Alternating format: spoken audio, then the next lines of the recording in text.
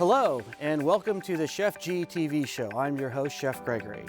Today we're going to be making a penne pasta arrabbiata. We have our mise en place ready to go, which means things in place. You can see that we have our mushrooms and olives and peppers. We've got our penne pasta cooked ready to go.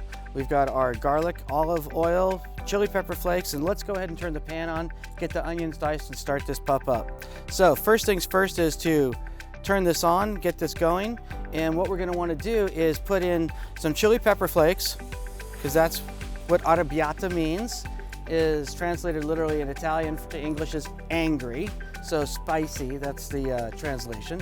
And we're going to want to head and do the garlic oil. So we're going to take some garlic. We want to caramelize this in the pan with it as well. Yes, you might go, wow, that's a lot of garlic. Yes, well, we're making a lot of goodness here, that's why. So as that goes, it's ready. Next up is going to wind up being the onion. Crank this guy. Now, basically, we're just going to give it some large dice, and I'll turn this sideways. Come on in like so.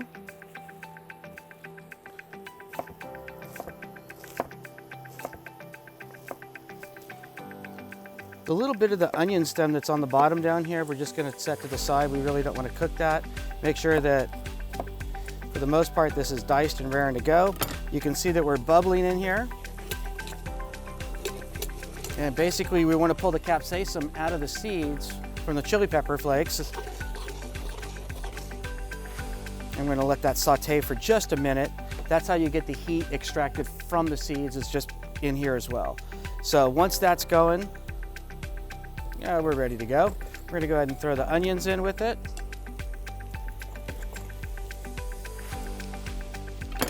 And then we have mushrooms. So here's the next one. Basically, these are little baby portobellos or creminis, if you will.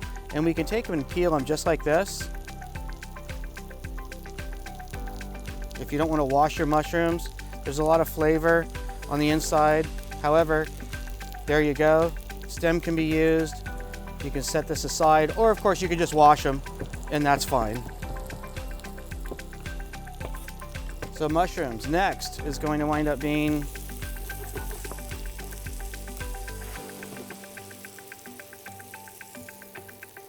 some bell peppers. And we've got red and yellow and orange bell peppers that are going to go in here.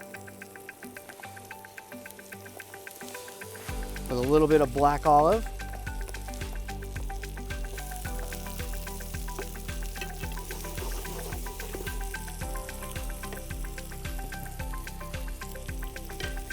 And as this cooks,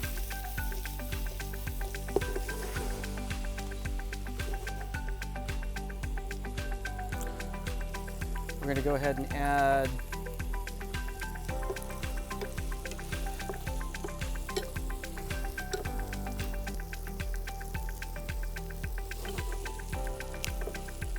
our pasta to this, and this will allow us to, we cook this al dente, if you will, which means to the tooth. It's slightly, I wouldn't say hard, but it's just got a little bit of a tooth bite to it. So this is in.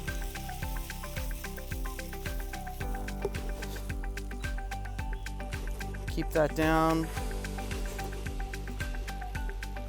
Go ahead and add the tomatoes, the mushrooms, the rest of the mise en place, if you will. We'll let that sit there. Add these guys to it that we've already sliced up.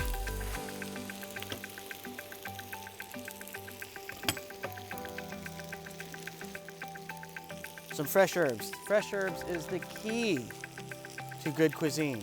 So we've got some fresh thyme here. And the easiest way to peel thyme is to hold it by the stem and pull it like that, and that's what's left. Sometimes you might find it's easier on certain thyme pieces to go from the top to the bottom because it's just a little tougher. It comes off a lot easier that way. But when it's really soft like this, you can pretty much take the whole thing and pull it like so. If the thyme itself is really fresh, you could use the whole thing. And the way you can tell is by doing this, and if you can pull it off like that, then you're good to use it. But if not, and it gets tough like that there, then you better take the leaves off, because nobody wants twigs in their food. So that's there. We're also going to take a little bit of rosemary. We'll take one of the sprigs here.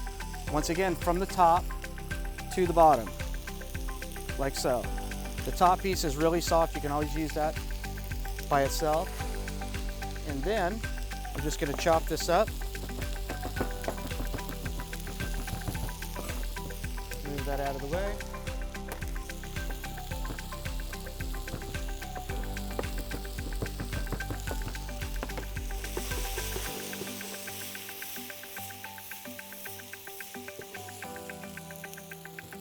Throw in our herbs. Now this is an olive oil based sauce. So you might go, where's all the tomato sauce? Well, there isn't. This is strictly olive oil in here. So it's olive oil, garlic, and then we're going to finish with fresh Parmesan cheese and tomato. A little basil, which we take our basil leaves and we stack them on top of each other, just like this. So and then roll it up like a cigar, and then we get one slice, just like so. And this is called a chiffonade. And then the basil's all pretty like this. If you do more than one slice on the basil, it's going to start to oxidize and turn black on the edges, so you do not want to do that. In the meanwhile, let's get our plate garnished, which is important. We're going to take another sprig of basil here. You're going to love this. Clean up our stuff. This is a reduction of balsamic vinegar. So before, take this guy, just drop it on in, let it drip a little bit, and then here,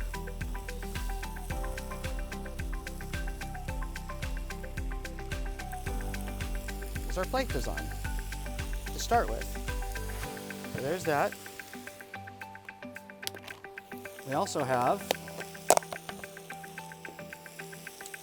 this is what I call the blessing. We're going to put a little bit of red, yellow, and green. Kind of represents the Italian flag, if you will.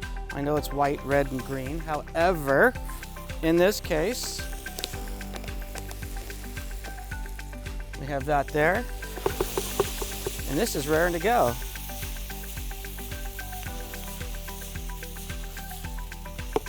All right, let's go ahead and shut that down.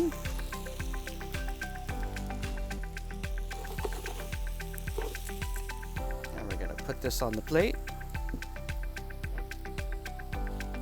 Now this is a lot for this little plate, so we're not gonna put all of it on there. We don't want a crowd. We'll wind up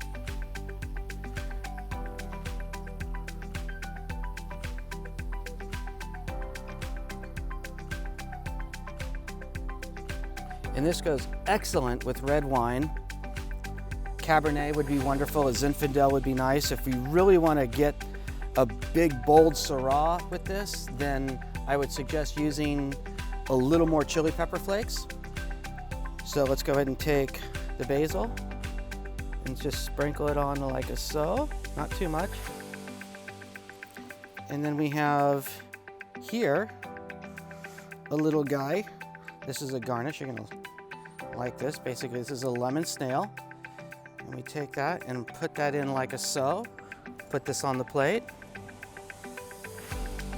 We'll take a little bit of Rosemary, put that right on top in there. Because we always want to use things that are functional garnish. And then we'll finish with a little bit of Reggiano Parmigiano.